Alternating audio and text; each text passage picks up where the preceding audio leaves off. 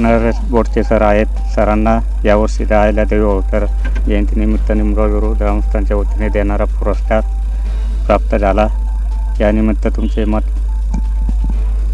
मी निमगाव गुरु ग्रामस्थांचे आणि आयोजकांचे खूप मनापासून आभार व्यक्त करतो का त्यांनी मला या पुरस्कारासाठी योग्य समजलं आणि हा पुरस्कार आज मला दिला. तर मी आपल्याच मातीतल्या लोकांनी आपली पाठ थोपटणे, आपल्या कार्याचा गौरव करणं ही एक मला असं वाटतं सन्मानाची गोष्ट आहे माझ्यासाठी. आणि माझ्यासाठी पुढील प्रवासासाठी कदाचित ही एक खूप मोठी प्रेरणा असेल. आणि ही प्रेरणा घेऊन मी अजून ह्या भागासाठी, माझ्या लोकांसाठी काय करता येईल यासाठीचं मी पुढचं नियोजन नक्कीच करणार आहे. तर परत एकदा मी सर्व ग्रामस्थांचा आभार व्यक्त करतो आणि त्यांच्या ऋणातून मी मुक्त न होता मी त्या ऋणात राहू इच्छितो आणि त्यांच्यासाठी परत काय करता येईल याचं नियोजन मी पुढे करेल. मला असं वाटतं मी इवन माझ्या मनोगतामध्ये पण मी हे सांगितलं की शिक्षण हे एकमेव असा मार्ग आहे की जो तुम्हाला सहजरित्या तुम्ही तुमची परिस्थिती बदलू शकता. जी परिस्थिती आहे, जे काही मग ते दारिद्र्य असेल, शेतीची नापिकी असेल किंवा कुठलेही अजून अनेक आर्थिक प्रश्न असतील, सामाजिक प्रश्न असतील, त्या सगळ्यांचा जर तो एकच इलाज जर आपण कोणता पाहिजे असेल तर ते म्हणजे शिक्षण आणि शिक्षण आणि शिक्षण.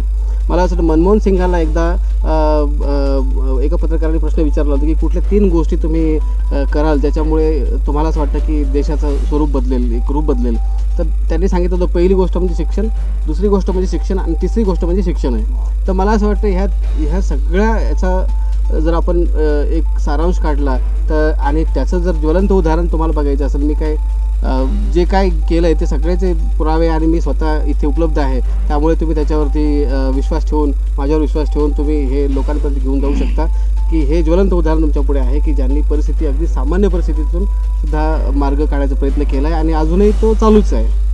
सर, तिसरा प्रश्न असा आहे, सिंदखेड राजा मतदारसंघासाठी लोकांना जीवनमान उंचावण्यासाठी आपला काय सल्ला?